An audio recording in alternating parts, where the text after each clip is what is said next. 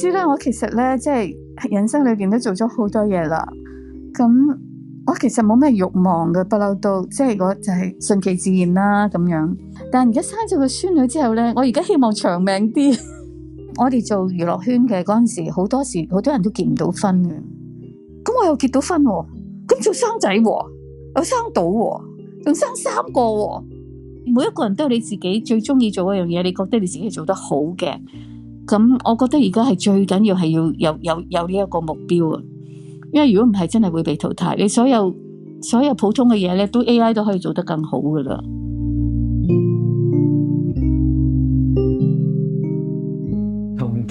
同你一齊出道嘅日本藝人，我相信香港好熟悉嘅，譬如好似有山口百惠，好似係唔知早你1年定遲你1年咁上下㗎，係咪？係同年嘅，即係同埋一期啊！有冇機會咧？其實同佢合作過，或者係咪其實係朋友嚟嘅咧？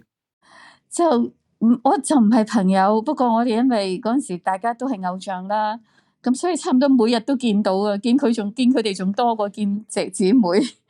每日都見到，因為嗰時有好多歌唱節目咧，每日都見到噶。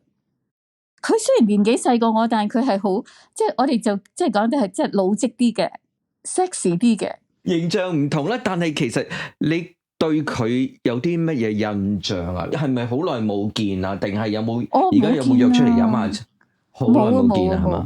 唔係朋友，因為所以冇見，從來私下都冇見過嘅，都係做嘢嘅時候見過嘅啫。其實我哋係喺電視台咧嗰陣時，嗰個風氣就係大家都唔傾偈嘅。點解嘅？點解啊？唔知點解，即係咯，差唔多好似係一個風氣咁樣嘅，即係好似唔准傾偈咁樣。咁我日本話又唔係幾好啦。咁所以西城秀樹嗰啲你都冇乜點樣？男仔就更加唔准傾偈啦，即係簡直係唔准傾偈啦。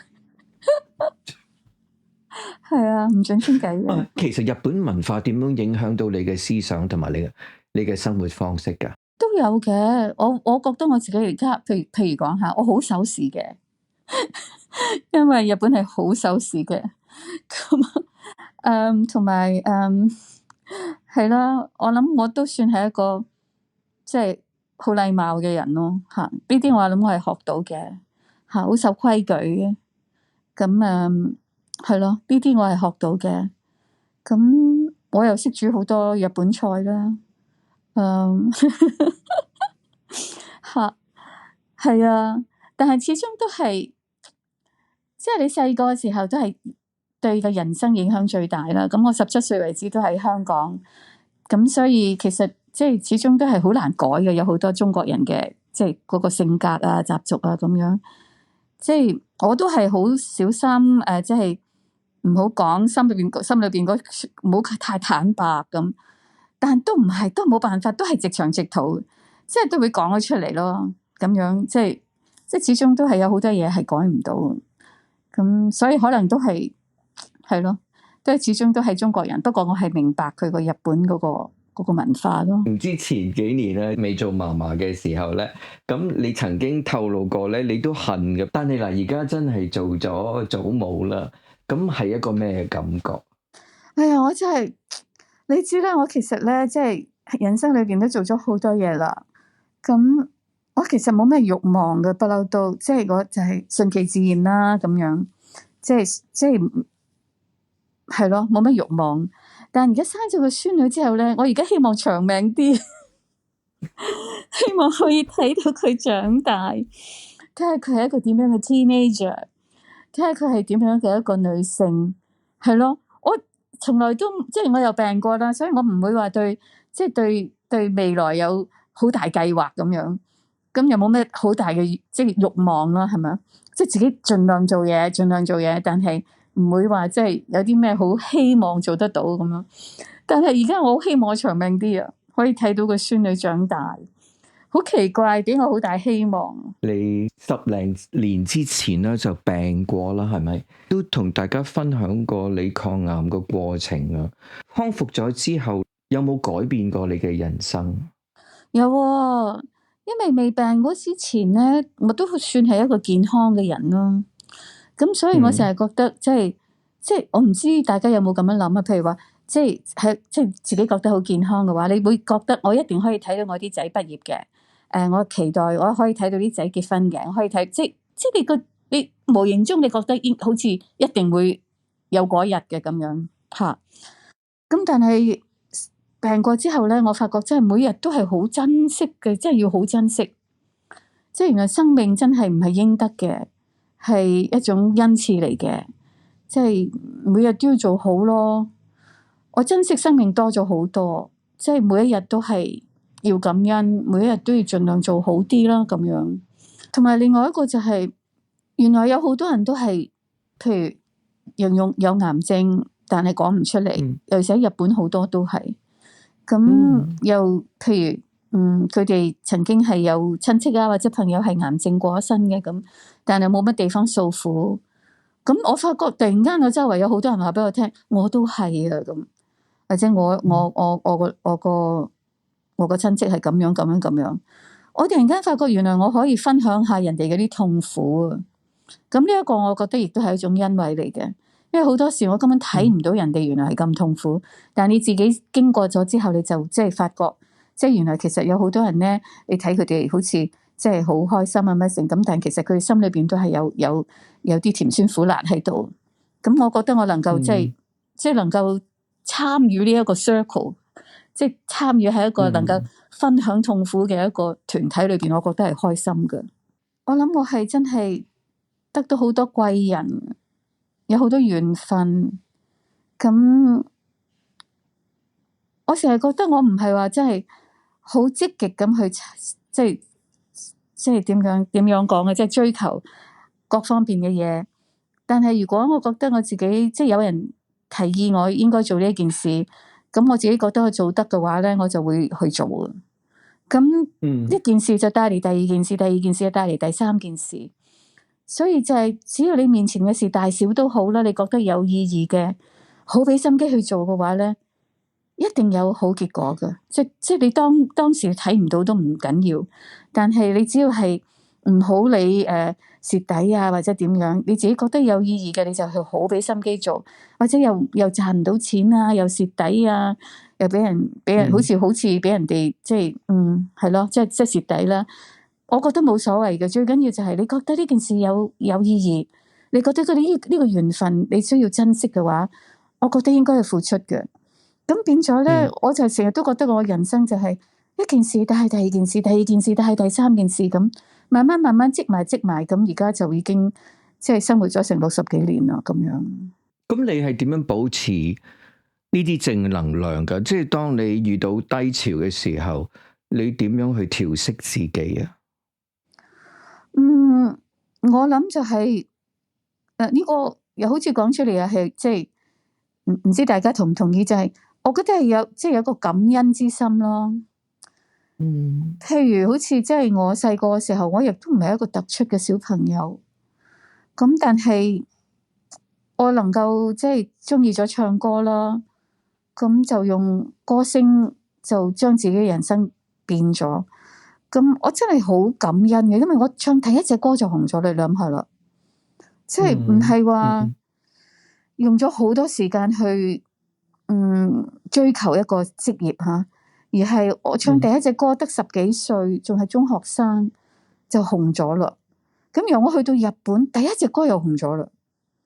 咁所以呢啲冚唪唥其實都係真係要好感恩咯。咁我寫第一本書就紅咗啦，喺日本又係。寫中文書又係第一本就紅咗啦，即係呢啲係即係咁好運嘅話咧，真係要好感恩同埋要好報恩。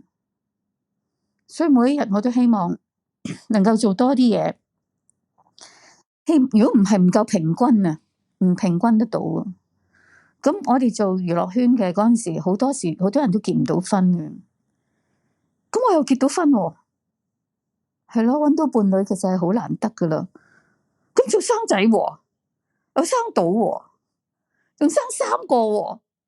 你諗下啦，邊度有咁好運先得噶？所以你話係咪要做好多嘢先能夠平均到呢件事咧？咁我哋個個都想媽咪長命啲喎，佢又長命喎。咁你話啦，係咪當然我哋係大家努力咗好多，但有好多人都好努力噶嘛，係咪？唔係淨係我哋努力，但係我哋努力，媽咪真係能夠而家長命啲，咁又係要感恩咯。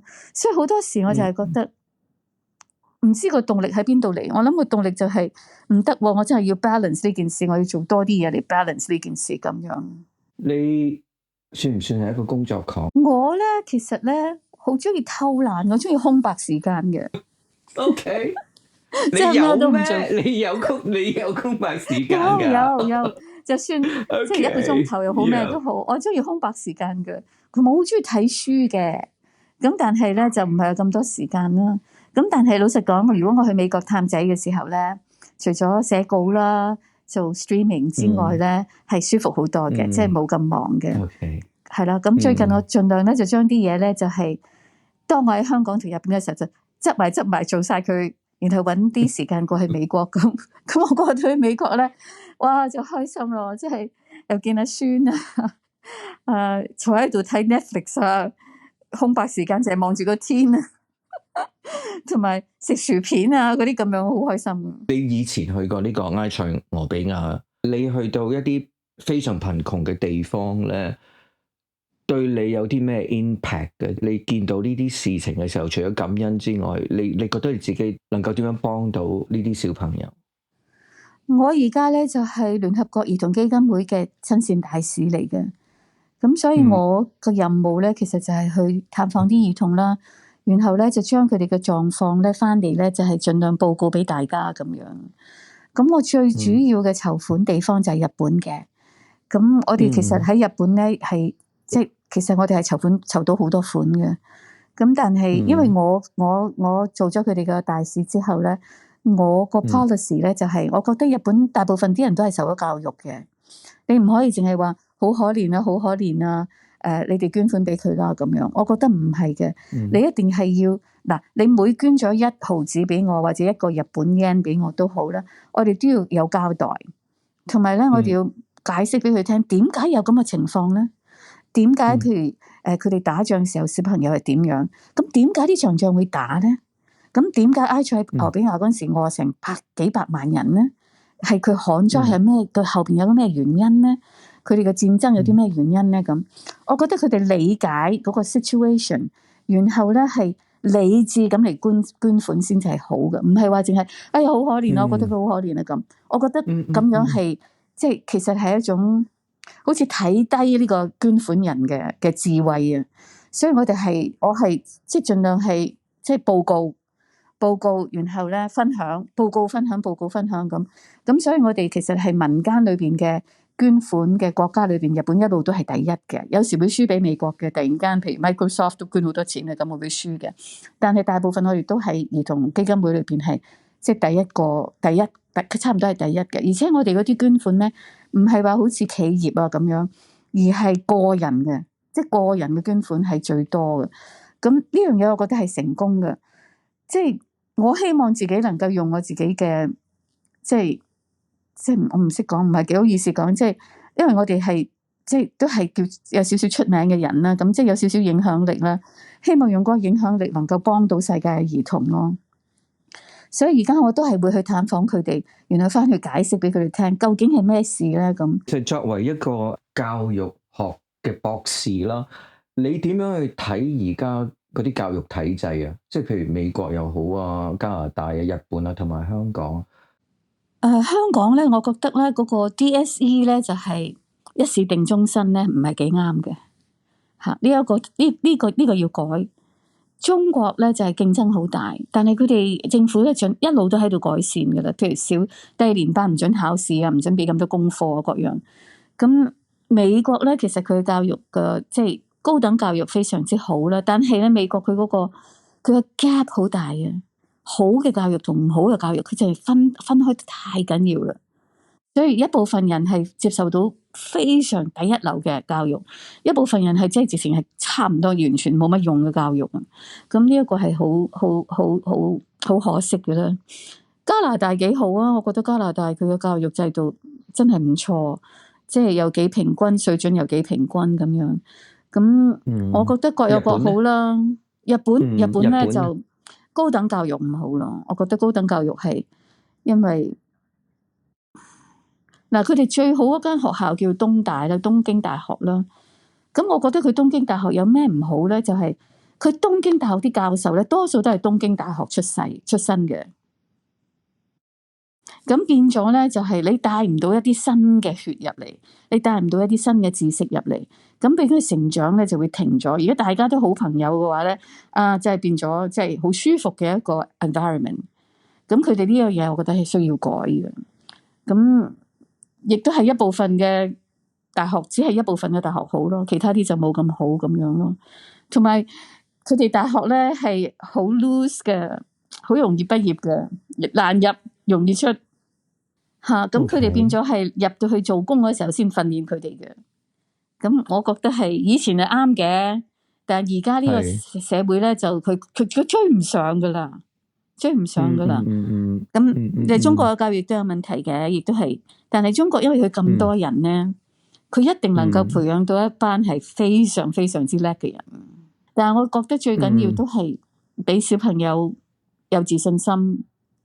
佢哋自己覺得自己係能夠學習得到嘅，咁呢個從小培養佢哋咁樣就會好啲咯。咁如果要你俾一啲年輕人一個學習或者即係做人嘅建議咧，你會講乜嘢？我覺得佢哋自己要多啲認識自己，即係究竟我想點咧？咁多啲去諗下呢一樣嘢。咁我就究竟我做咩先會係幸福嘅咧？咁無論你嘅夢想係咩都好咧，其實都係一種學問嚟嘅。咁你就去追求嗰樣嘢咯。因為而家開始落嚟真係 AI 時代噶啦，你有固定嘅 data，然後去諗自己嘅未來嘅話咧，你一定唔夠 AI 諗得快噶啦。所以一定要係即係無論冇所謂嘅。你話我中意飲茶，咁你咪做一個茶嘅專家咯。我中意瞓覺，咁你咪研究瞓覺咯。你話唔係我中意講嘢，咁你咪去好似你咁做個 podcast 咯，即係你係咪啊？即係你每一個人都有你自己最中意做嗰樣嘢，你覺得你自己做得好嘅，咁我覺得而家係最緊要係要有呢一個目標啊。因為如果唔係，真係會被淘汰。你所有普通嘅嘢咧，都 AI 都可以做得更好噶啦。譬如律師又好，醫生又好，好多嘢可以會計師又好。AI 又真係會幫你代替咗，所以真係要小心。所以真係其實 AI 做唔到嘅嘢就係，哇！見到嗰個女仔行過，你嘅手會出汗嗰啲咁嘅嘢係最緊要。我覺得即係人性啊，一定要好緊張個自己嘅人性，千祈唔好失去，唔好做咗一個機器。如果唔係，一定唔夠AI 鬥噶啦。舊年咧，仙姐生日。咁你咪去恭喜佢啊！咁啊，我想知道咧，其實佢哋係咪會當你小妹妹咁樣愛護法？你見到呢班譬如寶珠姐啊佢哋咧，咁你哋傾偈咧，佢哋係咪當你小妹妹咁樣噶？都仲係，都佢哋係啊！其實長輩就真係仲係當我小妹妹嘅，但係我都有好多後輩咧，咁所以我都可以。即係有時會可以到長輩腔咁同佢哋傾偈嘅。不過即係長輩咧，長輩就真係一路都當我係小妹妹咁樣，係咁樣，係真係嘅。好似胡楓啊，或者胡楓先生啊，咩係啦，咩蘭姐啊咁樣啦吓，佢哋見到我都係仲係當我係小妹妹，但其實都唔少噶啦。不過佢哋比我大咁解啦。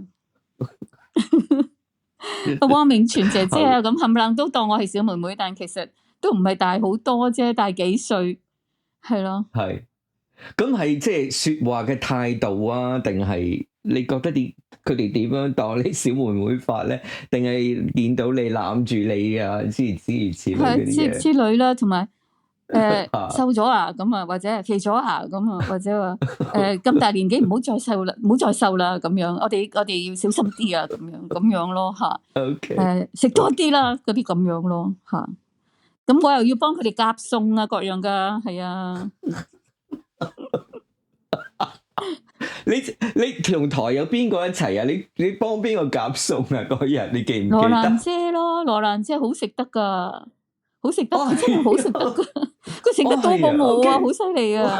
係但係你好似從來未肥過㗎喎，你從來未我會肥㗎，肥過當然會肥啦，成日都喺度減緊肥。你最中意食乜嘢？係我你最中意食乜嘢？我中意食水果，我又中意食牛肉乾。我中意食牛肉乾㗎。呢啲我好中意食嘅，係啊。OK。咁牛肉乾係咪點樣啊？即係託人喺台灣買，咁當然日本有得買啦，係咪？